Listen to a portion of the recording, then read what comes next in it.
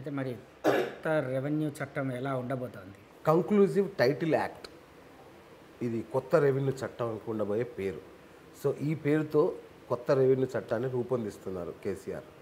So దీంట్లో భాగంగా ఒక స్వతంత్ర వ్యవస్థ, వీళ్ళెవరితో సంబంధం లేని ఒక స్వతంత్ర వ్యవస్థ భూ యాజమాన్య హక్కుల్ని నమోదు చేసి రిజిస్ట్రేషన్ చేయించేసి, రైతు వాళ్ళ చుట్టూ తిరగాల్సిన అవసరం లేదు, వాళ్ళే రిజిస్టర్ చేయించేసి చక్కగా దాన్ని ఒక పట్టాదారు పాస్ పుస్తకంలాగా చేసి స్పీడ్ పోస్ట్లోనో రిజిస్టర్డ్ పోస్ట్లోనో చక్కగా ఆయనకు చేరేలాగా ఇంటికి పంపించారు. Home delivery. ఇప్పటికి మనకి లైసెన్స్ కోసం వెళ్ళేసి వస్తే డ్రైవింగ్ లైసెన్స్ అది మన ఇంటికే పోస్ట్ ఎట్లా వస్తుందో అలా ఆ స్థాయిలో ఒక ప్రక్షాళన జరగబోతుంది ఈ రెవెన్యూ యాక్ట్.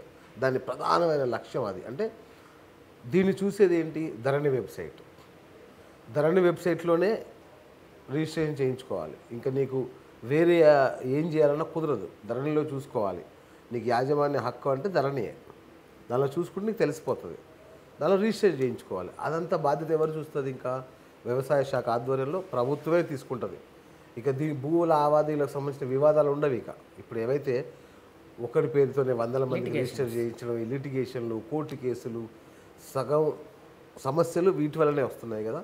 ఇక ఈ ప్రక్షాళన తర్వాత ఇలాంటి ఏం ఉండవు అనేది కేసీఆర్ చెప్తున్న మాట. సో దాని ప్రకారమే ఈ కొత్త రెవెన్యూ చట్టం ఉండబోతుంది. నిరంతర న్యూస్ అప్డేట్ కోసం ఛానల్ ను సబ్స్క్రైబ్ చేయండి. పక్కనే ఉండే బెల్ సింబల్ ను క్లిక్ చేయడం మర్చిపోకండి. అప్డేట్స్ ని మిస్ అవ్వకండి. Thanks for watching. Please like, comment, share. Follow on Facebook, Google+, Twitter, Instagram. For more updates, please subscribe Great Telangana TV.